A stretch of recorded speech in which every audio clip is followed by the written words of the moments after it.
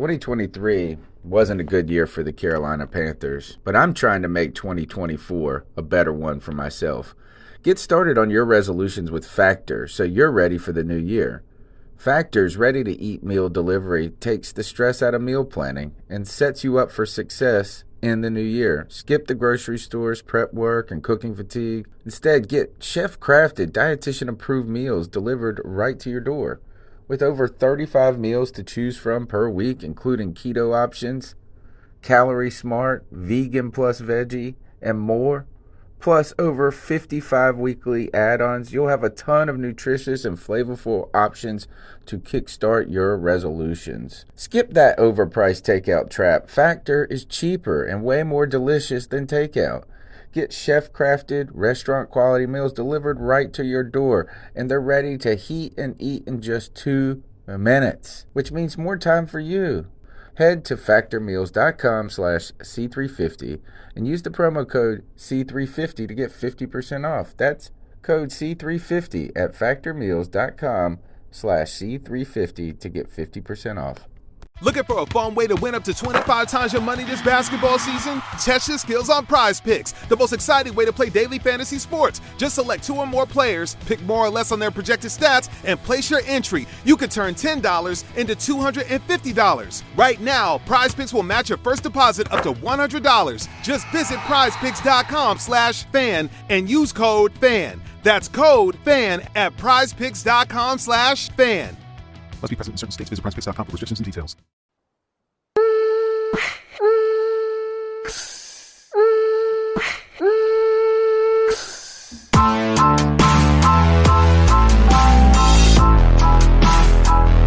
We have a chance to try to extend our season record to 12 games. And that's important for us, and that's the only thing that's really pretty much on my mind, and I think that speaks for the masses when I say that. The defense is playing great, the special teams getting great field position, the offense is winning, the point of attack, we found ways to win. Can't get to there until you take care of what's next. I want to be number one. Do you think you are the best? Right now, at the time in life and where I'm playing at, yes. Yo, what's the deal, Panther fans? My dog just knocked down the light. We got a new puppy in the house, and homie said, your show don't matter to me as I drop your light and everything. But hey, it's okay because the Panthers are victorious, baby. They pull out a huge win over the number 1 defense in the league, and that is the Baltimore Ravens. I'm here to chop it up in the number 1 post-game show, celebrating a 36-21 win with Cody Lashney. How are you, my friend? My man, Tony Dunn. Listen, my mama said gut feeling is never wrong, and I always felt that we have not seen the best of this football team until today, baby. We played 4 quarters of dominant football. The offense was rolling. The defense was rolling. The only thing left to do is chop it up with our C3 fam in the chat room, baby. I'm ready. Let's roll. We have to say that this was the most complete game that the Carolina Panthers have put together so far. We said it has been coming. I told you guys not to panic. We've seen flashes on offense. We've seen flashes on defense. And today, everyone got in the action. Special teams, coaching, the offense, Cam Newton playing out of his mind. The man is dealing, my friends. I saw some people talking about he is back to MVP form. So we're here to talk about all of that, folks. 36-21 victory. You can have your voice heard on the C3 Panthers, where this will be the Ravens at Panthers post-game show. The number is 252-228-5098. We encourage you to turn your phone to portrait mode, smash that thumbs up button, like us on Facebook, share it in a group. We appreciate the support. And go ahead and call into the show, and we'll get your voice heard. Now, Cody, I think that this is our past show really set this up in many ways. The past show that we had was on the C3 podcast that's on Tuesday nights was Who Are the 2018 Carolina Panthers? Who are they? And I think we got a glimpse of who they really truly want to be and can be today as they go out there in a statement game against the number one defense and make them look pedestrian. Absolutely pedestrian, man. I mean, listen, you have to give a ton of credit to the offensive and defensive line. I mean, Cam Newton didn't take one sack. There were some pressures, but Cam Newton's good in the pocket. He was able to avoid, any hits. And listen, we said, who are the Carolina Panthers? And I feel like now we do know who they are, and we knew who they were. They were a team that hadn't put it all together yet, but now you're finally starting to see that this is a team that is confident in who they are. You saw more blitzes from Washington. Eric Reed is another guy that's starting to play better and better, which is something that we said here also. Yeah, man, it was a full game of football. We showed up in the first half and the second half, and this is the type of victory that you need. The next 4 of 5 games for us is going to be on the road.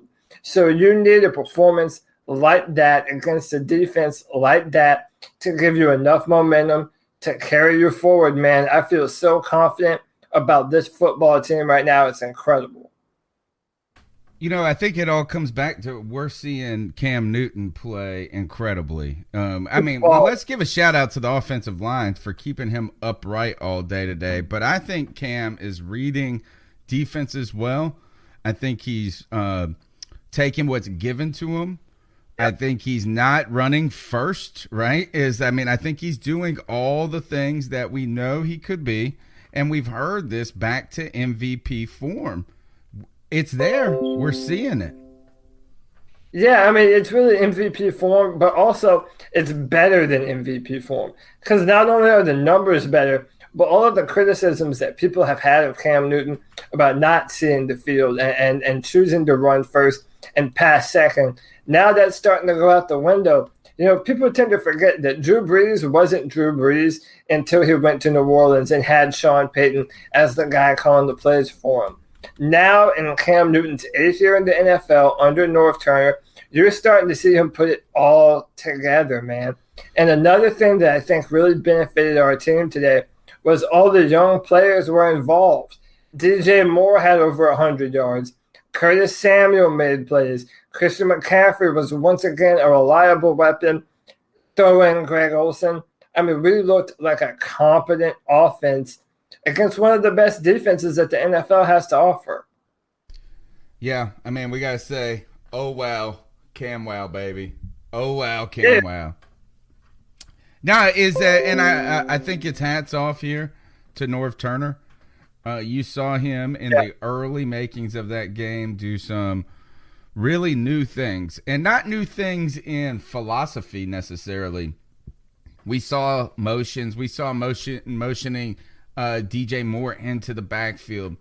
We saw I think my favorite play of the game was after you had run a few of those wrinkles was when we did that same type of movement in the backfield. We had a lot of Christian McCaffrey just kind of running real casually in the backfield, just making people feel uncomfortable. But it was on one of those plays that we then pitched to CJ, where we pitched the ball to CJ, and it was like, nobody's seeing that coming. We don't even barely count him on our team. And then we're running basically creative plays with CJ Anderson there. We could do anything we wanted in this game. It felt like, I guess the only thing missing was just the true Grant home run throw. And I still think that it's there. I still think you're going to see it. Curtis Samuel is probably the guy that those are going to come with, and DJ Moore once they start to get him across the middle downfield. But and that's one of the reasons why we've wanted to see more of CJ Anderson, because when you have him in the backfield and you have Christian McCaffrey moving along, to the left and the right side of the play formation, defenses don't know what you're going to do. And if they're blitzing, it makes them change their play, because if they blitz, then Christian McCaffrey is wide open as a check down. You don't want to let that happen. That's what gashes the defense. So we have a lot of weapons that we can utilize to really keep opposing defenses honest. And one of the things is Cam Newton being smart enough to do those types of things. We've seen it this season, I think, better than any other season. A tremendous jump in this is that not only identifying that a blitz is coming, but knowing when the blitz comes through this gap or from this side, this is what I do. We saw this maybe around the third quarter today. Baltimore blitzes Cam, and he two guys, there was no chance. They were coming right for him. He immediately just throws it to Christian McCaffrey because he knows that Christian McCaffrey's route is built to bust that type of blitz. And it leads to – so not only are we got some talent here in Carolina now, not only is Cam playing great, but Norv Turner has really brought a real legitimacy to this offense, I feel like. Yeah, and 100% credit to him as well, seeing as how Cam Newton is not the typical kind of quarterback that he's used to working with. And then also credit to Cam Newton. Listen, we don't have the best offensive line in the world. Even though they kept him clean today, there were no sacks. They did a great job. There were a lot of pressures. But the good thing about Cam Newton is that he sees those pressures, and he's such a weapon. One of the things that I feel he doesn't get enough credit for is his pocket awareness. That's something that has grown in leaps and bounds, even in the past few seasons. Cam Newton knows where the blitzers are coming from. He knows when he has a lane to take off, and he also knows who he has open. Cam Newton is playing a new level of dominance when it comes to the quarterback position, and we should all be happy about that, man. Smile on my face. Yeah, definitely. I got a big smile on my face. I think one of the reasons that we're seeing or we saw such a look, 0 sacks today. 0 sacks on Cam. And I think a lot of that in the beginning of the game came with the motions in the backfields, with some of the play design. And Carolina did today what other teams have done to us. And I felt like Flacco actually was doing to us a little bit at some points. And that's negate a pass rush with quick passes. We saw this, that the Panthers did not say today that the only way that they were going to try to negate a pass rush was by establishing a run game. Now, they did in different forms and fashions. I thought we would be using Cam a little earlier in the run game, but instead they tried to do some things by some screen passes, getting basically some reverses and some very kind of off wrinkle plays is what I would call them. Not trick plays, but wrinkle plays and quick passes early on. And I think that really made it so that the Baltimore Ravens did not get in a position to where they could just pin their ears back and blast them. Shout out in the YouTube chat room to everybody. There's already a great conversation going. Mustang Pickens, all you need is love.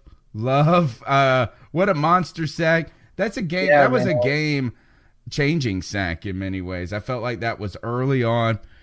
It was at a time that really kind of just took a little bit of wind out of the Baltimore Ravens' sails. Yeah, and you know what? I think I'm to the point of petitioning, man. I want Kyle Love to take some more first-team snaps. I'm talking about Julius Peppers, Kyle Love, K'Wan Short, and Mario Addison. Because I honestly believe behind K'Wan Short, Kyle Love is playing the best from the defensive tackle position. I mean, he's playing better than Dontari Poe. Someone even put in the chat room, hey, Poe made a play. Too bad it was from the sideline. That penalty that Dontari got, man, that's unacceptable. And, I mean, Kyle Love is a veteran. He's been on our team for a while now. He's really – man, that play he made, he was in their backfield in an instant, blew up the play, huge turnover for us. And another thing I felt that we did very well was points off of turnovers. We didn't just turn the ball over. We turned it over, and we put points on the board. That's absolutely massive for us. Well, what you have to do is, we know this, is that defenses can help offenses. They can put them in good positions. You know, I thought that we were going to get this. We did take advantage of it, too. We had a couple of turnovers. First, we had There were two picks, I think, in this game that were drive enders, or at least, in some ways I felt like those were kind of hopeless picks too. Is that like they were maybe not as good as a punt, but like there was no way they were getting there. I felt like they were all on third down. Maybe I'm wrong on that. I have to go back and look. But the other thing is that you force that fumble. You get the ball. Kuechly wanted to run with it. Boy, did he want to run with that football so bad. He was dying to pick that up. But it did lead to points. There was only one time, and that's where I think people started to flip a little bit on Twitter about the Panthers are going to let a team back in. And it was probably in the third where they went for it on fourth down, or we had it, and basically we got the ball around the 50 and we weren't able to do anything with it. But other than that, the Panthers were clicking on all cylinders. I do think that there is a little suspect when it comes to the defense, Cody. How are you feeling about the defense? I feel like it's just not the Panthers defense we're used to seeing. It's not that it's bad. I like Eric Reed. I think Eric Reed has been playing. I thought he had a great game today. I thought Dante Jackson continues to shine. You know the guy I'm most disappointed with? Shaq Thompson. He's just underwhelming. It's not that he's bad. It's just he's just whelming. Well, I don't know. I feel like even Thomas Davis he had a whelming kind of day today. I'm not disagreeing with you. I did notice Shaq in the backfield on a few different plays, but this is what I'll say about the defense. There were some, that the play when they finally got to 14 points, we do this thing where even in the red zone, we do this soft zone coverage type of thing. And I don't understand that, especially when you have Dante Jackson playing so well. Eric Reed is a red zone monster. I mean, man them up, make them throw the ball, and, really pin your ears back and get after them. And we don't really do that a lot. Then you had a garbage time touchdown, and I'm not really counting that much. I honestly, this, in my opinion, is my favorite defensive performance of the year, even over Dallas, because I feel that the Ravens do have a better offense. But other than a touchdown at the end and letting them have one at the very start of the football game, which that's unacceptable. That's something we need to continue to work on. Other than that, I feel pretty good about our defense today. I felt like our line played a little bit better, and that was because of the blitzing, which you and I have been talking about wanting to see a lot more, having some blitzing, some safety blitzes, and then, really just playing harder at the line of scrimmage. And I felt that today we kind of saw a little bit more of what we've been wanting to see for the past 7 weeks of football. Last point to follow up on that, and then we're going to get to your calls. You can have your voice heard on the C3 post-game show. The number is 252-228-5098. Call in, leave a message. We'll play it. We're going to get right to those. Last week, I'm starting to wonder, is Eric Washington a fan of the C3 Panthers podcast? A lot of talk on the show last week about trying to get maybe a safety blitz in there. Joey said, I would like to see Dante Jackson use that speed and blitz, and he did it today. Game-changing type play. So, awesome. Eric Washington, how'd you like seeing some? And the reason I bring it up is because you brought it up. You noticed that today. Yeah, and I really do think that, so one of the things that Carolina does a lot is we'll bring our linebackers, we'll bring up Luke and Thomas, and then we'll drop them back. Yeah, we show blitz. Yeah, but our blitzes normally consist of linebacker blitzes. I do think that when you have someone as fast as Dante Jackson and as powerful and as strong as an Eric Reed, yeah, man, send them to the house more often. I think when you have that speed element rushing the passer, man, that is an ace up your sleeve. I do want to see more of it. I hope we continue to see more of it. And yeah, man, I think that is something that we should continue to use moving forward. We're going to need it. Let's get to these calls. The number's 252-228-5098. Most interactive post-game show you're going to find, I think. Hey, everybody. What's up? This is G. Cavassier. What's up, G? Ooh, the post-game show. I know y'all seen that game. What a hell of a damn game, man. Hell yeah, that man. was a well-calculated game. The time management was so good, man. And let's talk about the elephant in the room that won't get no credit in the media, but for us Panther fans, we'll give them credit, is that damn offensive line. Tell me that damn offensive line didn't look good. That line looked awesome. In my opinion, if it's not broke, don't fix it. I'm going to leave it like that. And DJ Moore, that is the DJ Moore that I've been waiting to see.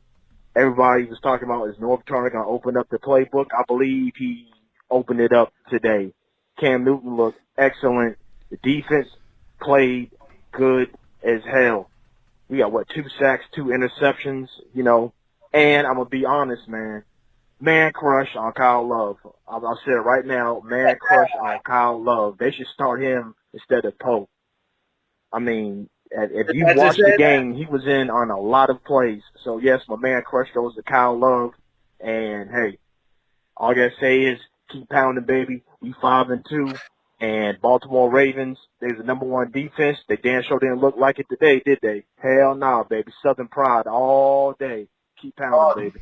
Yeah. Great call, G. Bring the heat, baby. You have always to love does. It. You come in this, you gotta love that call like he loves Kyle Love.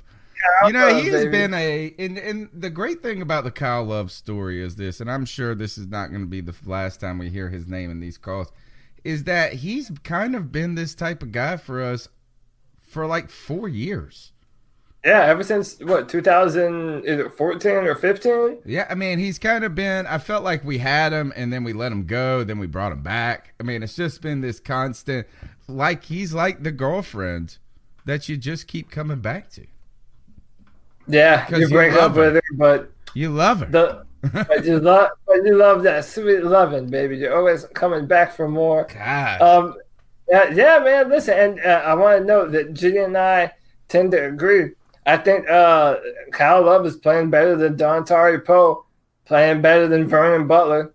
2 other names that we still want to see more from that we've yet to see. Kyle Love is a veteran. I say put Love in there more, man. I really do. G and I are on the same page 100%. It's nice at the very minimum if you don't see a regression when you put in the backup. Right. It's kind of odd when you see an uptick in that. Now, last thing on that call, and we'll move along, is DJ Moore.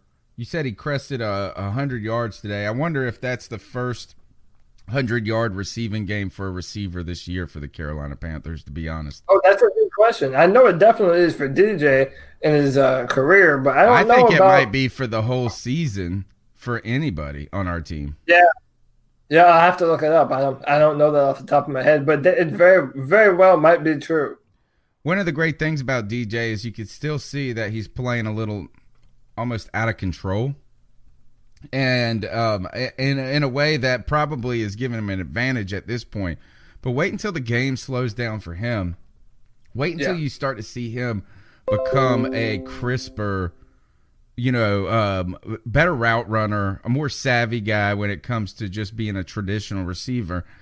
And if he's looking this good at this stage, right, where he is that raw athleticism. Now, he's not looked bad in many ways, but you can see the greatest part about DJ Moore is that he's going to get more yards after whenever you get the ball to him. The most exciting part is after the ball's in his hands. Hey, and another thing, the reason, guys, we have not mentioned this on the show today, and it brings me back thinking about DJ Moore picking up that dropped pitch, that bounce. Lady Luck was on our side today, Cody. We early on got some good breaks going for us. The ball bounced the right way, and it really helped us. And that's sometimes, I hate to say it, is more important than we give it credit for. Lady Luck was singing Sweet Caroline today, man, on a few different moments. So one, there was the pass that bounced back to DJ Moore. Then in the red zone, Cam Newton threw the ball to Devin Funchess. It was batted in the air. Christian McCaffrey, man, jumps up in the air, comes down with it in the end zone. That's another play that could have went bad, that could have stunted our momentum. There was another one. There was another play. Maybe the chat room remembers. I don't remember quite what it was. It might have been another Christian McCaffrey bounce. I want to say there was a third one. Where he caught the touchdown. Say what? Were you talking about his receiving touchdown? Yeah, but then I thought there were three different plays where we had something that went our way that could have ended up being bad. But anyway, man, listen, you're not wrong. We had some plays that could have been very, very bad go our way, and I feel traditionally normally they would have gone bad. Or we normally do see them go bad, but Well, now in not 2015, I'm telling you, is that you gotta have Lady Luck on your side. We did in 2015, and we did today. But is that you got to put yourself in those positions for that to happen, and we've been fortunate. We're fortunate with some calls. We got some timely flags, particularly against the Ravens, whether it be an offsides, a false start call, a face mask, or something to that effect. Oh, and Willie Snead with a really tough day today. Almost three push-off calls. Maybe it was just two. And Brandon Herbert, he brought me down to earth. He says DJ Moore had 90 receiving yards, 100 total on the day. I mean, over 100 all-purpose yards on the day. So maybe we still haven't gotten that 100-yard receiver. All right, let's go back to the next call. The number's 252-228-5098. What up, C3, Panther Nation? It's your boy J-Dub. Hey, Dub. I want to give a shout-out to my unsung heroes of the game, and that is the special teams. Every field goal made. After the first drive, we let them score a touchdown.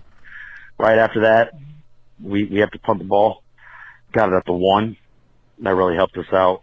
Thank you, Mike Pilardi. A big stop for us. Like, that was a big setup. Good to see the young guys coming through.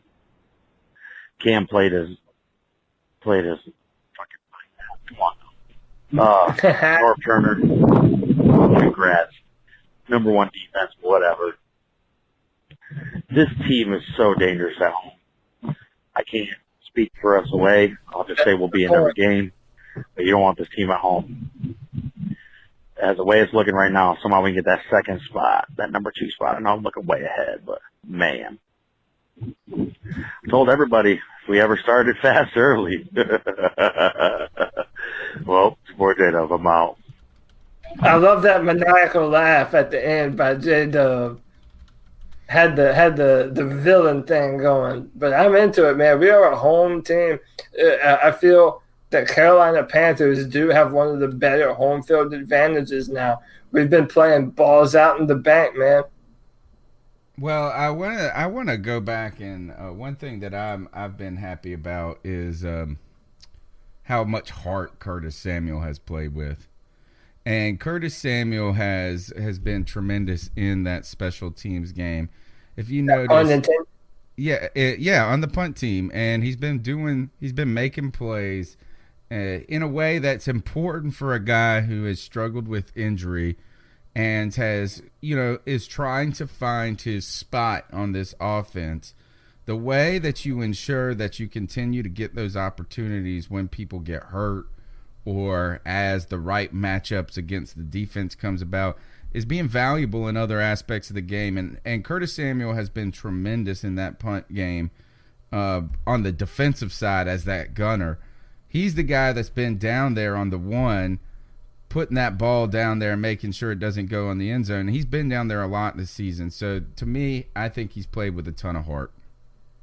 Yeah, he really has. And, another thing, and I wanted to say this earlier about DJ Moore. Man, look out. When DJ puts it all together, that is going to be one of the better weapons in all of the NFL. He has that Alvin Kamara thing about him, where even when you have your hands on him, you don't really. He just has top-flight athleticism. Once he becomes a better route runner, so if you notice, we have him on a bunch of lead arounds and some jet sweeps and things of that nature. But once we feel more comfortable with him running routes and Cam Newton builds a connection with him, I'm telling you, Steve Smith was right, man. DJ Moore, he might be the future at our number 1 wide receiver position. Just and I guess some other plays that stick out. Kind of, I want to count it as a special teams play. The play that we get Heineke in there right before the half, pushing it to Greg Olson a little aggressive in the fact that you didn't actually, it's not a little aggressive. It's just like we didn't quit. Right. I saw on Twitter, I saw the Roaring Riot Report say they saw Chase Blackburn go up and say something to Ron right before we decided to do that. And much like and what they were saying from the Roaring Riot Report was like against, who was it that he hit the 63-yarder against the Giants, where Chase Blackburn goes up and says he can hit that. Some people are suspecting today 61 isn't in the cards, so that you've got to do this. Either way, these things are all coming together. Cam Newton, 219 yards passing on the day, 2 touchdowns, 52 yards on the ground and a touchdown. Receiving, DJ Moore, 90 yards. Greg Olsen, 56. Curtis Samuel, 28. Devin Funchess, 28. 1, 2, 3, 4, 5, 6, 7 receivers in on the game get receptions. He's dealing the ball. It's really a fun thing to watch. It really is, man. And one of the things that you notice, the better teams in the NFL spread the ball around. They're not always pushing the ball to one person or trying to force feed it to your number one deep threat or whatever. You have to be able to move the ball around because that's what keeps defenses the most honest. And if we're able to do that, I'm telling you, man, you still haven't seen the best of this Panthers offense. And on a day where we've put up 36 points, I still believe that. The best is still yet to come. We have to do it against Tampa Bay. We have to do it against Pittsburgh. That's going to be a huge test, in my opinion. It's time to turn it on, man. And I think this offense is built to do it. Good news, Tampa Bay falls 37-34. Jameis Winston benched in that game. Fitzpatrick comes in and pulls them back out of a hole. But it's really right now, I think, is Atlanta on a bye this week? Is that what's going on? So. Yeah, so right now this is the Panthers and the Saints slugging it out for first, and everybody else trying to catch up. And Tampa Bay falling behind quickly. All right, the number's 252-228-5098. Still plenty of time to get on the show. Here we go into the next call. Hi guys, Rich Kingston calling you from the UK. I regularly interact with all you guys on Twitter. Just thought I'd say what a fantastic performance this evening. I think we're seeing the Panthers team that we all think we can be. Luke's tackle and then Luke's sack on the consecutive plays was fantastic. It had my 8-year-old son bouncing up and down as well. I think Carl Love's tackle for the ball popping up in the air and the turnover was probably my favourite moment of the evening. But what a performance. Anyway, to everyone out there in Panther Nation, keep pounding. Take care, guys, from the UK. Rich Kingston, man, he's a great dude. What I love about this show, guys, and what about this opportunity to just kind of interact with you guys on a weekly basis is how many wonderful people that I get to meet and not meet. And what I mean is that I've never even met Cody face to face, other than here. But I've met some wonderful people through just the love of football and that commonality together. And look, that's going across the pond to England.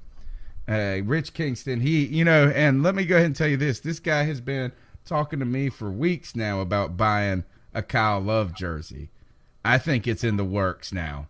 It's time. It's time. He paid for it today. Today. Buy one for him and the little one jumping up and down. That's right. All right, we're going to keep pounding here. 252-228-5098. Yeah, this is Jeremiah for Swansboro, first-time caller. Let me tell you, you guys are awesome. Today, we put the league on notice. That's all I got to say. Go Panthers. Keep How pounding. about this? This is what we probably – thank you for that call right there, and thank you for the compliment, man. You guys are fantastic. This is an important game for the Panthers. You know, we talked much about this in the show this past week. Who are the 2018 Carolina Panthers? Well, I'll tell you what, they're 5-2 right now. They just put a stomping on the league's number one defense. And I feel like what we're starting to see is a new Panthers team that is more balanced. One that does not need to hold teams to 17 to win games, but who can complement each other in offense, defense, and special teams. One where Cam Newton continues to be the star, but he's helped with some playmakers in Christian McCaffrey. The question is that how and how much credit do you want to give to Ron Rivera and the coaching staff for having the team this prepared this week? You have to. I mean, listen, if we're going to give credit to the players when they make plays and also, pinpoint when they don't make plays, we have to do the same thing for the coaches. And especially the past few weeks in a row, we've been tough on Ron. Or I feel I have more a lot of people have. Yeah, a lot. Yeah, and I said there's never been more pressure on Ron Rivera than there has been recently. And now, in light of what we've done, yeah, you have to give him credit, man. This was a full 4 quarters of football, and that's coaching. So just like it was coaching, last Sunday when we didn't put up points for, 3 whole quarters, that was coaching. Well, today when we put it all together and we're firing on all cylinders, you have to give Ron Rivera his just due, and he did deserve it, and so did Eric Washington. Much more aggressive defense today, I feel like, and one though that didn't feel like it was blitz every play either. That it felt like, but again, what we didn't see is we did not see the defensive line just naturally getting to Flacco on its own. This is back to 2017 where you have to manufacture sacks, and to me, that's a little disheartening at this moment. When Julius Peppers is really our best defensive lineman or the one who is most around the quarterback, that's a little disheartening to me. I need KK to play better, and I know that might not all be on him because he's probably getting a lot of attention up that interior, but we're just not winning those one-on-ones on the defensive front. No, we're not. We're not, and it is something that we have to continue to work on. We have the talent. I don't feel it's, you're seeing a regression from Mario Addison or K1 or anything like that. I also want to remind everyone that in 2016, we were number 2 in sacks, even after that bad season. And that didn't happen until late. Our pass rush didn't show up until later on in the season. It's kind of like this year. Yeah. And I feel you might be seeing the same thing this year. We're late starters. The Panthers have always, even in 2015, we weren't putting opponents away until, 6 or 7? We're a slow burn. But, man, once we turn on, the fire is hot, baby. That's the truth. All right, the number is 252-228-5098. Let's keep pounding through these calls. Hey, what's going on, guys? I know I called yesterday, and y'all probably tired of hearing from me, but I just wanted to give a little bit of input in the game today. I'll try to make it as quick as possible.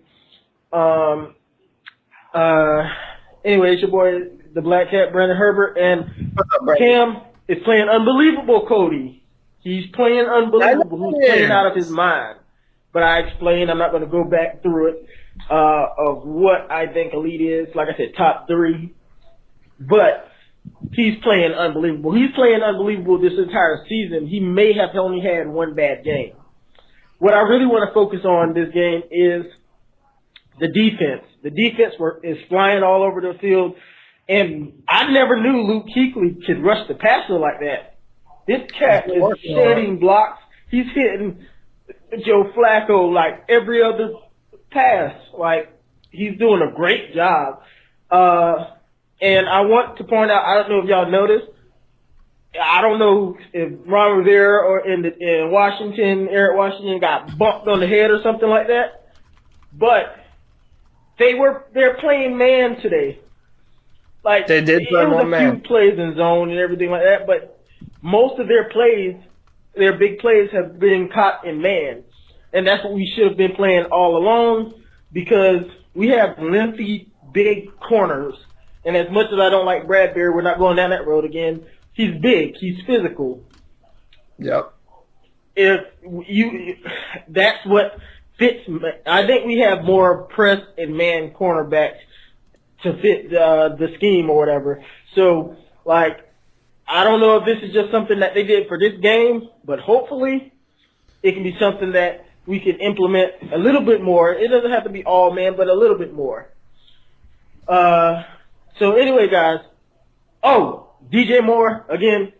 DJ Moore Finally. What were, like, I don't know. Ron Rivera did actually everything right this game except for the early timeouts, but I don't know what happened.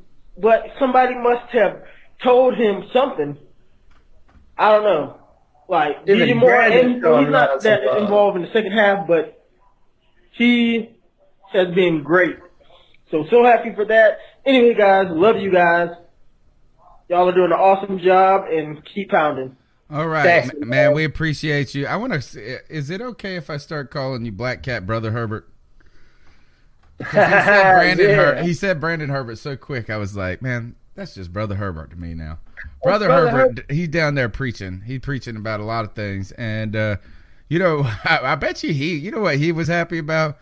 He was happy about DJ Moore getting 6 targets today and Devin Funchess getting 3. That's what he was happy about. Is Devin Funchess, though, came up, made some big catches, looking like he was playing big. I even saw Ian Thomas get on this. I do love to see DJ Moore out there, and, you know, a lot of this opportunity was given to us by an injury of Torrey Smith, is that it makes it a little less complicated on how you make these decisions, and now you're starting to just go with your guys a little bit. Now, going to that man-to-man thing, do you think at any point, Cody, that this is looking at the personnel of Baltimore, they don't really got any burners or great. I mean, John Brown's their best receiver right now. Crabtree's good in that he's a chains mover, but he's like just an old Devin Funchess.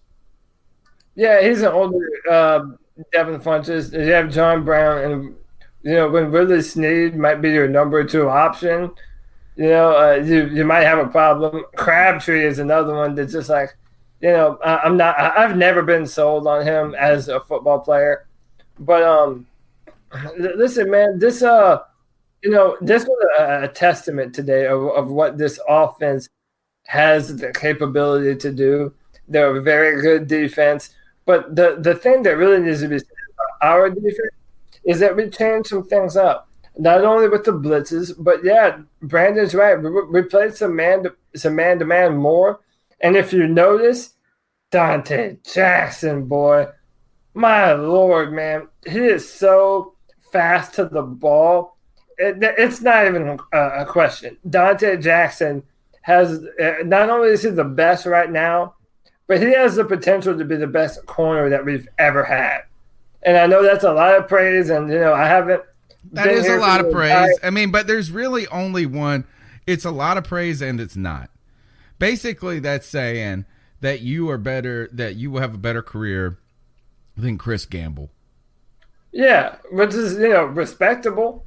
You know, that's damn good. But, you know, so, and another thing, you know, Brandon and I, we're buddies on Twitter, so we go back and forth about, you know, where Cam Newton ranks amongst the likes of, you know, Aaron Rodgers and, you know, Drew Brees and whoever else. And him and I might differ, but this is the thing that the only thing that matters, Cam Newton is playing his best in an offense that finally fits him and it fits our personnel. This offense has unlimited potential. Unlimited potential. I'm not just over-exaggerating. I'm not just riding high off of this W today. With Cam Newton under center and this offense and this personnel, there isn't a defense out there that I don't think that we have a chance to go one-on-one with. Not one of them. Well, this is the best test we've seen so far. Let's to kind of look back at that. We played the Cowboys. They've got a good defense. We've played the Falcons. Their defense was early on was better than it is now. Bengals, a decent defense. Giants, no. Redskins, man, you got to give them more credit. They're a better team than people like to give them credit for. The Eagles, good defense. Ravens. The Ravens are probably, I would say the Ravens are going to be the best defense that we play all season, to be honest. Look, our remaining opponents are here. Tell me if there's anybody up here on the schedule that you go, you know, could vie for the Ravens in comparison to that defense. The Buccaneers, you got to say no. The Steelers, I don't know if I'm ready to say that with the Steelers. I don't think so. They're hit and miss. They have good personnel. TJ Watt is a good player. But other than that, doesn't strike fear into your heart. Right? Lions? Nah, not right now. Seahawks are not the team they used to be. They're winning with offense now, strangely. That is interesting because that's a home game, and their defense has been playing a lot better. I forgot what stat it was, but they're like 5th overall and not giving up big plays down the field, which that hasn't been what we're doing anyway, as of yet. But they're getting better. Yeah, man, look, I think today was a very, very important game today. If you think of this, winning back-to-back with the Eagles, man, if we really could have just pulled out that damn Redskins game, you would be the toast of the town right now. Yeah. Because I'm not even worried about it, though. Yeah. The momentum that I think we've put together against Philadelphia and Baltimore, I think we have another I don't want to say an easy victory. You never want to take an opponent for granted. But Tampa Bay does not look good right now. Yeah, man, I think that right now the momentum is on our side. We got the Bucs at home next week, 1 o'clock. The Buccaneers coming off a tough loss, but they're a mess. If we lose to the Buccaneers, I'm going to be really upset just because their offense, though, man, they've got a ton of offensive weapons, at least in the passing game. But then we got 2 road games, the Steelers and the Lions ahead. So that's going to be a tough stretch right there. A good stretch, though. But, man, the Carolina Panthers really coalescing as a team.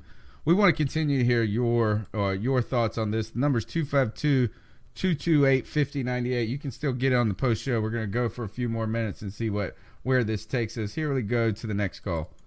Hey, guys. Cody up here in Roanoke, Virginia again. Just wanted to call about that game, give it a few minutes before I called in. I know you guys are in the middle of the stuff now, and, be listening while you guys are doing that. Man, just an amazing game. I wanted to make a couple of points. First being, and I mentioned this with Cody on Twitter, when we got that, when we went that 99 yards on that drive. Before that, a touchback that should have been a touchback.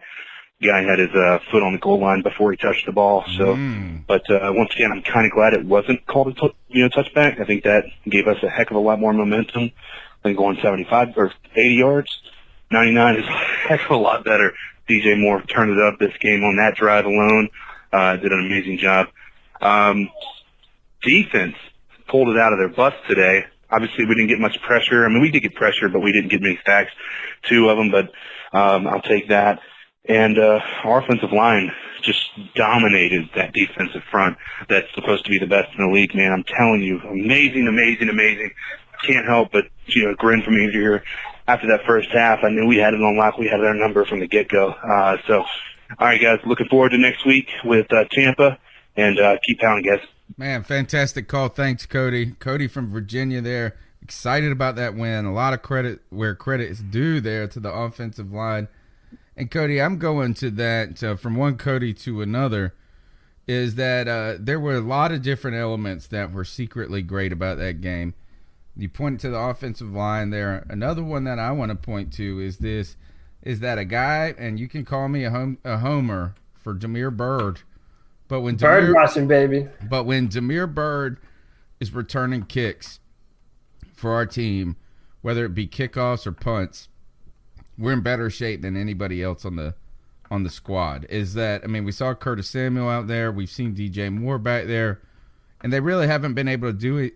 Bird looks consistently comfortable back there, and that's crazy from a guy who could get killed on any kick. Yeah, I mean, the biggest thing with Damiere has always been his health. Can he stay healthy and stay in one piece? But if he can't, listen, he's a weapon, man. I mean, he really is a good football player. He says he's the fastest player on the football team. I believe he runs a 4.2. I mean, he's dynamic with the ball in his hands. And, yeah, I do think he's the best punt returner on the team right now. And that's with DJ Moore and Curtis Samuel. I mean, he's proven to have the most success and the best pinch it for being able to do it. So if he can stay healthy, man, yeah, man, I'm always I got my Tony Dunn binoculars, and I'm bird watching myself, man. I got this Deshaun Kinchen guy. He is a Ravens fan, and good luck to you, sir, as a Ravens fan. We appreciate that today and that win. But my thing, Cody, here is he said this is that the Ravens are good at home. And they're not as good at the road on the road. Well, defense travels, number one. Let's go ahead and tell you that. So that's disappointing that you can't be better. But I would like to point out that one of your best wins of the season came against the Pittsburgh Steelers, and I believe that was on the road. So, look, is that we had like FABOLOUS. My boy Fabulous says, "I'm calling you out. I got your phone number. I'm calling you out. We got your phone number. The number's 252-228-5098. Call into the C3 podcast. We're ready." Here, one of the YouTube chatters I saw earlier, and I missed it, who it was, Cody, said, "What do you guys think about Captain Munnerlyn?" Munnerlyn had an interception this game, right? Not bad in that capacity. He was getting pushed off on. At least he got the calls when it came to the Willie Snead. But, those calls aren't going to happen all the time. He goes down with an injury. I think he was milking it to give our defense a little breather as they were running a little hurry up at that point in the game. I think that was towards the end of the third. But where are we going to get to see any Corn Elder? I'm hoping. I'm wondering why we don't do with our backfield like we do with our defensive line. Just have different packages, Have some for Corn, have some for Captain.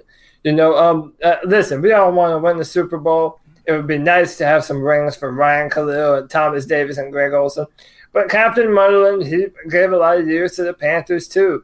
So one for him that he could be on and help earn, that would be awesome. But I do feel that Elder is a better talent.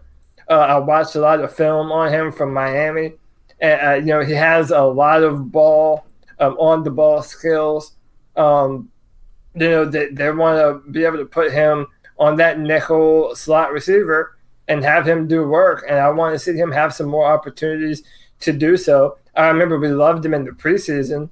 Now, granted, it's only preseason football, but, yeah, I think Elder is the younger, more talented player at this point, and I'd like to see him more. It's nice it's kind of hard to mix or the need for experience, should we say, and that with guys that can give you a lot of enthusiasm and kind of upbeat speed and youth. So how do you balance the game experience in one hand with the need for athleticism and kind of a little spark in your giddy up in some ways? The Panthers have struggled with this. I feel like Ron has struggled with this at times, and we saw someone in the YouTube chat point that he doesn't like to play the young kids. He likes to play the vets. But, we started Dante Jackson from the beginning. We started James Bradbury from the beginning. So sometimes it's just by demand. He picks his favorites. But I do believe that the addition of Eric Reed to the secondary could make Corn Elder, and I'm trying to circle back to the original conversation, a more viable option. And that is, if you were playing Rashawn Golden back there alongside of Mike Adams, you kind of worry about the duplicating all of that in experience when it comes to Jackson, Corn Elder, and Rashawn Golden. But by having kind of an intermediate veteran in Eric Reed there, I think that could open the door a little bit more for working Corn Elder into the game plan some. Yeah, and you even mentioned on Twitter, I saw you pointed out, Eric Reed was flying around the field today, man. Eric Reed looked fast. He looked Luke Kuechly-esque running around the field, making plays. He did well today. And, it's okay. What ends up happening is when you have players like that, it allows other players to turn their focus on one part of the field. So when you have a monster like Eric Reed behind you, then you don't have to worry about a blown coverage or having to chase down the play. So yeah, Corn Elder, put him in positions to make some plays. You don't have to put him out there 100% of the time. But yeah, let the man play football. I was trying to think, and right after I said Eric Reed was balling, he was the one who missed the tackle that led to, I think, a touchdown in that first quarter. I don't even remember at this point. Well, when I say missed the tackle, he was there making the tackle, and he just couldn't he swung around the guy, and he just slipped, he slipped through his hands. So I think is that there can be no doubt that Eric Reed has made our defense better. The question that I'm asking right now is how good can he make it our defense, because I think we've continued to see him play better and better each week. We saw him play better in the Eagles game. We saw him today again to be there. He plays very physical too. I think that what I like about Eric Reed is that, and this can come back to haunt him, it's kind of like who was the guy? I think he used to play, he went to Tampa Bay for a minute, he went to Washington for a minute, and he was a safety. And if you came across the middle on this guy, he would just freaking destroy you. Gosh, he's I heard his name actually in the free agency talk when things were so desperate. But Eric Reed is that if you get a reception on the secondary, he's going to make you pay physically for it, and that's fun to watch.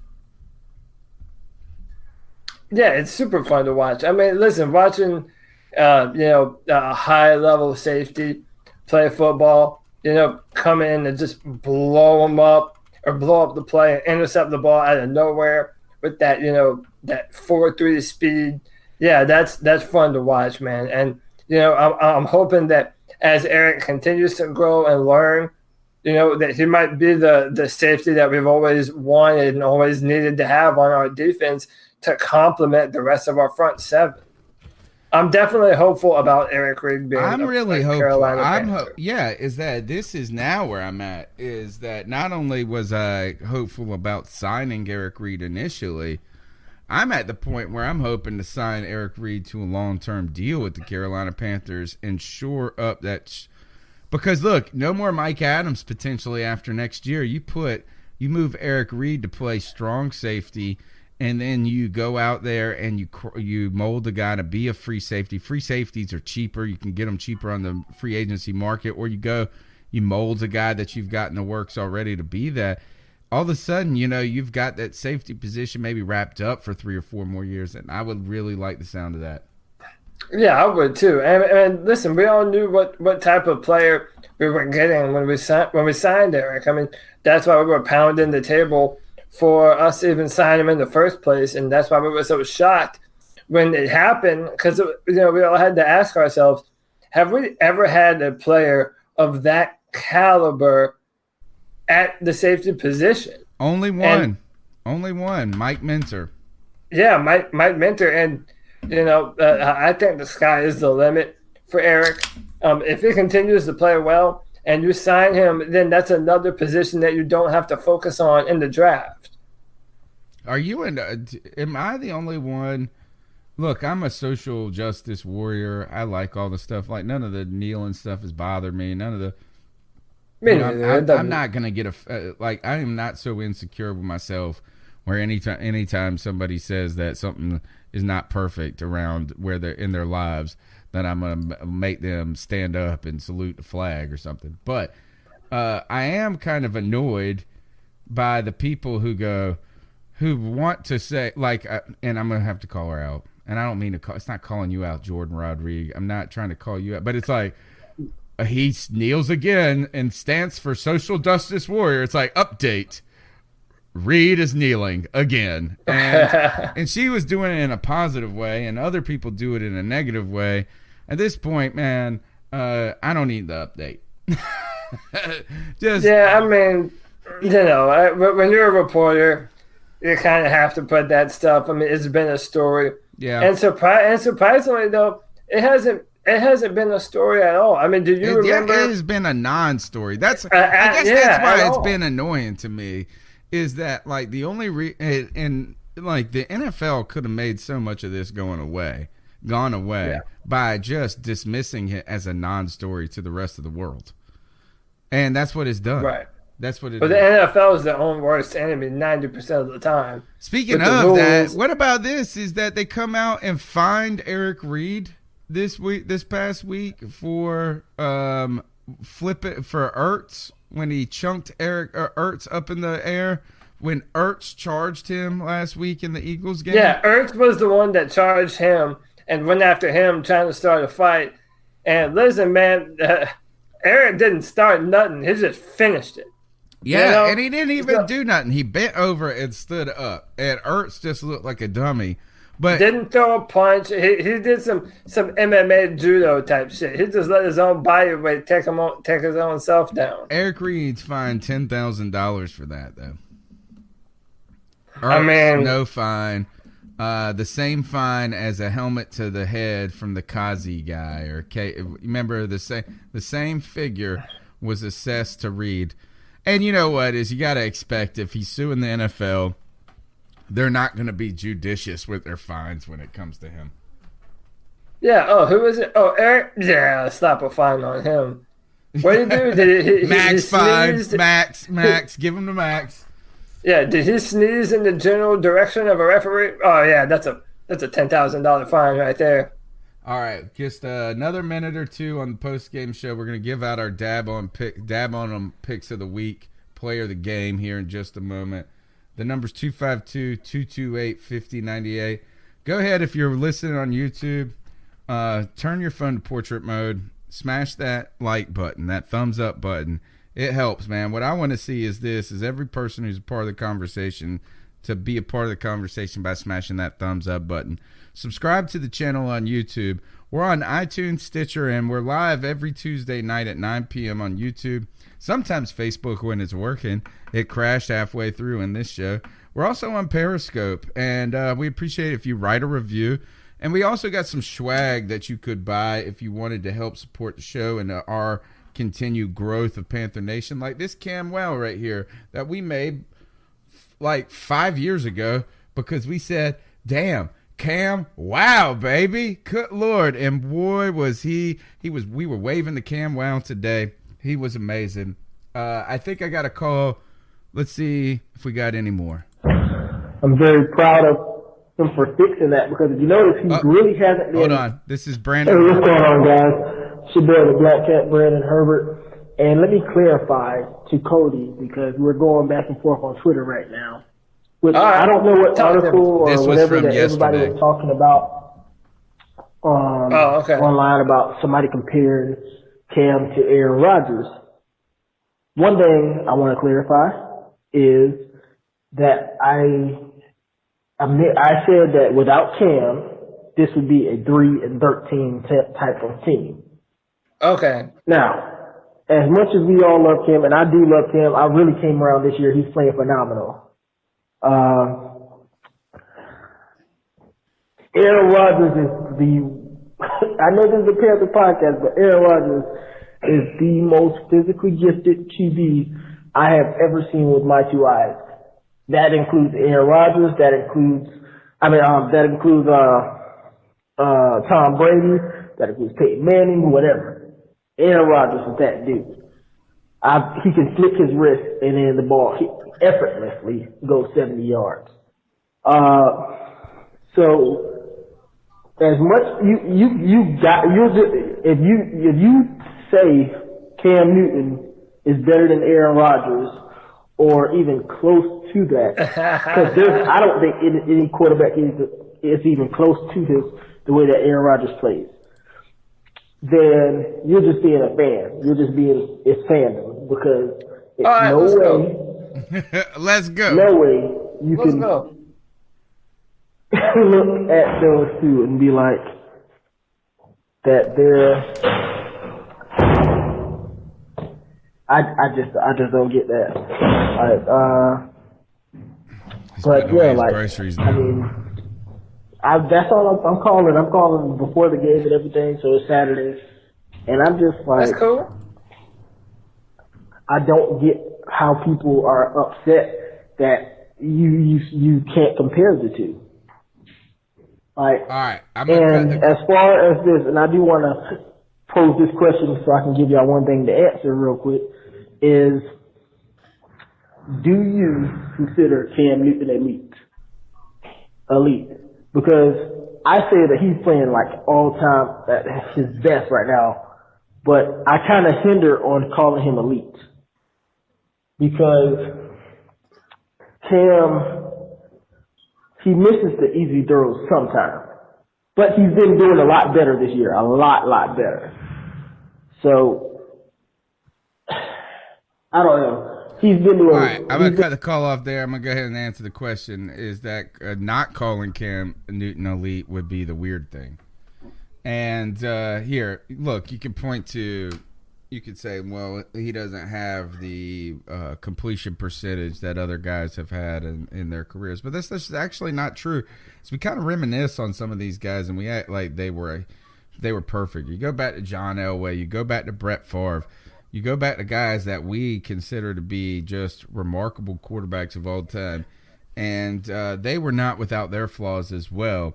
We just have that nostalgia of the past. But I tell you this, is in many ways, the only reason that people pause in not calling Cam Newton elite is just because he doesn't look like the way that Aaron Rodgers and Tom Brady do. Right. And I'll say white. No, I'm just kidding. That's my man, Black Cat, brother Herbert. That's brother Herbert, so I can't use that one on him. But I would say this is that look, how about this? Is that if you had a quarterback who was elite because they had the strongest arm ever, like a Brett Favre, and then you compared him to a Tom Brady, and you tried to say, well, this guy is better than this guy, this and that. I think that is that some Cam Newton, part of his eliteness is just that the fact that he can will a team to win at any moment. We've seen a Tom Brady do this with nobody's around him. He just does it in a little different way than Cam Newton does. You know, Cam Newton, we have to say, is that him running the football, him being a complete football player rather than only a quarterback, we shouldn't see that as a detraction from his quarterbackness, but in addition. And I think some people say, well, because that's part of his game, he's not as good as these other guys.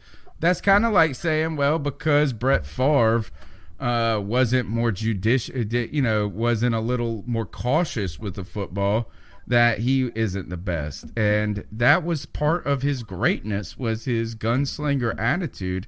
It's just unique, and Cam is unique, and he's done it with a bunch of schlubs every year, and he's doing it again with a bunch of schlubs on the offensive line. Maybe they're not schlubs. Maybe we just haven't recognized yet that they are pretty good. That's how I feel about it, Cody. I don't think there's any question about it. Cam Newton, to me, is a top 5 quarterback in the league, and if you want to quibble over it, I'll say top 7. Well, first of all, listen, man, respect to Brandon, because he's entitled to his opinion. He's not shitting on Cam Newton. What he's essentially saying is that there is the top of the tippy-top tier, and he doesn't believe that Cam Newton is that, and that's fine.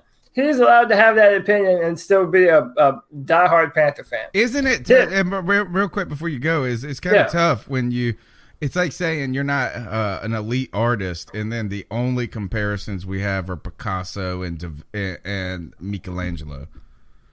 Yeah, but this is what I'll say. Because the media does all this grandiose back massaging of Aaron Rodgers. And listen, he is incredible. We've all seen Aaron Rodgers play right now. In fact, the Packers, they're up on the Rams right now, and the Rams are undefeated. So, yeah, listen, no one's saying that Aaron Rodgers isn't incredible. But what I'm saying is this, and I really mean this, and I would say this to anyone. Name something that Aaron Rodgers can do that Cam Newton is incapable of doing. And then I'll just sit here and wait for your answer. Because I don't think anyone has one. And this is my point. Cam Newton has had to throw the Hail Mary better than Cam Newton. Well, all right, but one thing, and then there's no one even.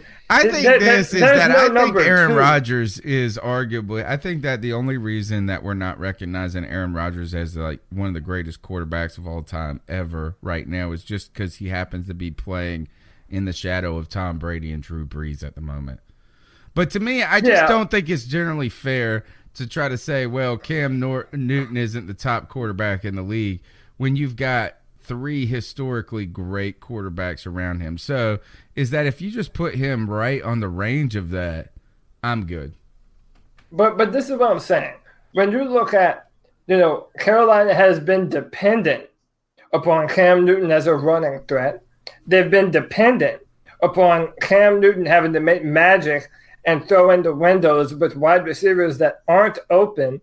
Okay, everyone talks about, who has Aaron Rodgers had? Aaron Rodgers has had better receivers in his time in Green Bay than Cam Newton has had in Carolina. I don't even want to hear it. Okay, and then you look at, his knowledge pre-snap, changing up the plays, his ability to just run over a linebacker and keep on moving. I mean, listen, Cam Newton does so many different things. If you put any other quarterback, so here's an example. For as good as he is, if you put Drew Brees on this team, I don't know that this is a better offense with Drew Brees instead of Cam I Newton. would say this year he would be that might not go as well. But let's say last year's offense, I don't think Drew Brees would have been better. Well, this is right too, because there are better weapons. But even still, Cam Newton's doing everything that's been required of him. This is what I'm saying. Cam Newton, if you look at his physical gifts, there has never been and might never be another quarterback ever like Cam Newton, ever. And I think that what he has had to do here in Carolina puts him in the top 5, no doubt. Easiest in the world. If you want to say others are better, that's fine. But in my opinion, Cam Newton doesn't get enough credit for what he has had to continuously do since 2011. Let me tell you another thing, too, that helps add to the greatness of Cam Newton is we're playing him again. We're comparing him to quarterbacks. Right now, we're comparing him to a quarterback who's played in the league since 2005. Who's played 5 more years than Cam Newton. If you go back and you look at Tom Brady. So what I'm saying is this: is you've watched the totality and better offensive coordinators of their careers, the totality of their careers versus we're only halfway into Cam's. Right. So is that if Cam Newton reels off 2 or 3 Super Bowl wins in the next 8 years, this discussion gets a lot different in so many ways. So I think that that lends to Cam Newton's kind of greatness at this point is that from minute 1, you've been comparing him to guys in the league who were not considered the greatest quarterbacks of their time at the beginning. Nobody looked at Drew Brees in the beginning and said he's the greatest. Aaron Rodgers fell to was picked. Man, Alex Smith was picked over him. So Cam Newton has had a lot of pressure, a lot of responsibility, and I got to say this is that I hope it looks like what Terrence Murray is saying is really coming to fruition. Terrence Murray in the YouTube chat says Mike Shula couldn't push Cam to his full potential. Norv is going to make use of his mind and make him deep dig. All Norv has to do is show him his rings. I believe this. Is that I believe that Norv brought a certain pedigree to this team that speaks to Cam Newton. I think Cam Newton needed someone that has the gravity. I think he trusts what Norv Turner is saying. And you heard about this with other players and they're younger in their career where the coaches are telling them these things. Look, we saw Cam Newton last year say this, Cody. He said, I did something that all the coaches told me not to do.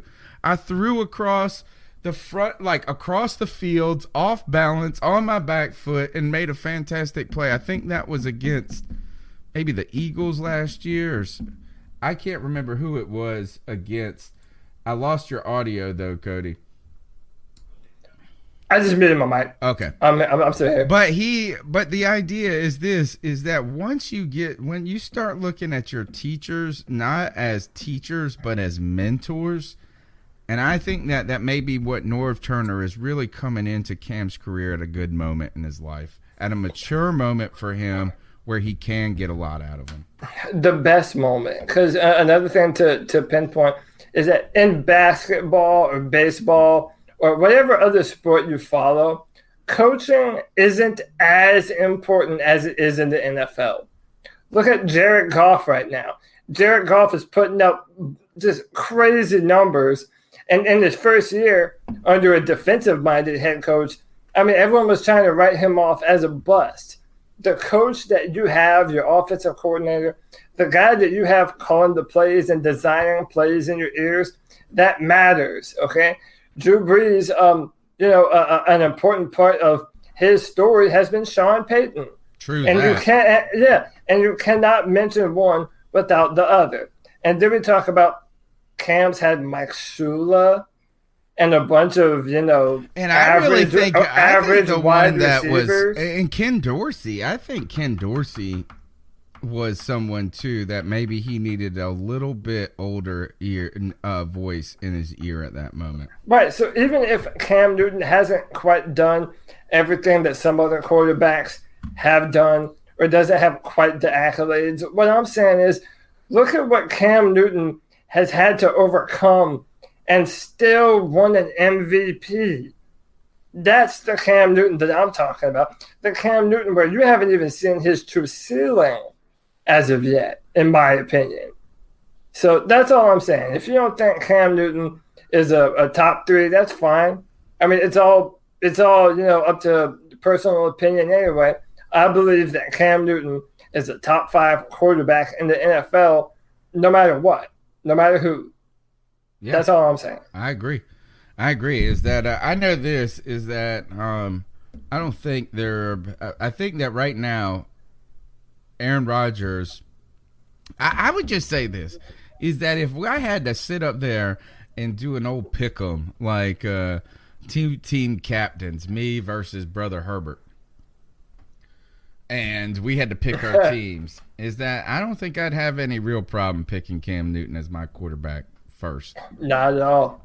And then imagine if you put Cam Newton with AJ Antonio Brown. Yeah, and some Todd Gurley. Come on, man. We're rolling. I know. We're rolling. We're rolling right now. The Carolina Panthers have moved to 5-2 with an important win over the Baltimore Ravens. What some people in this show have called a statement game, 36-21, setting the Ravens back to 4-4. Where does this put us in the standings? And we'll close this out as the last talk of the show. We'll do our dab on them pick of the week. Right now, Carolina Panthers are a game behind the New Orleans Saints. I guess the Saints have the Saints play Minnesota. I think they're in Minnesota. It's tonight at 8:20. It's a big game for us. I think Minnesota has an opportunity to beat the New Orleans Saints. And all of a sudden, we could be looking at a Carolina Panthers team by the end of the evening who is tied for the division. And a lot of division games ahead. So for us, twice to play the Saints, twice to play the Bucks, and one left against the Falcons. A lot of the Panthers' fate seems to be in their own hands at this point, I think. 100%. For that game tonight, though, my brother was reading all the inactives at Minnesota. So, yeah, man, this is going to be a fun game tonight. But, yeah, you're 100% correct. It feels so good that already we're not in a position where we have to have other teams lose or, we need the Falcons to mess up or even the Saints, man. All we have to do is continue to play our best football. And guess what? We see New Orleans twice at the end of the year.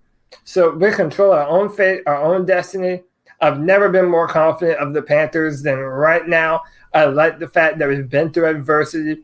We've been through some bad plays, some bad times, come back, pulled through. I'm happy about the future of this football team right now. All right, let's get out to our game. This is our version of the game ball. It's much cooler. It's where we pick on that. It's our dab on them pick. I just like doing it, man. Dab on them folks. Dab on them folks. And that dab on them folks. They like seeing it. Tell me what to do. Dab on them folks. Dab on them folks. Cody, why don't you dab on them folks? Who's your player of the game?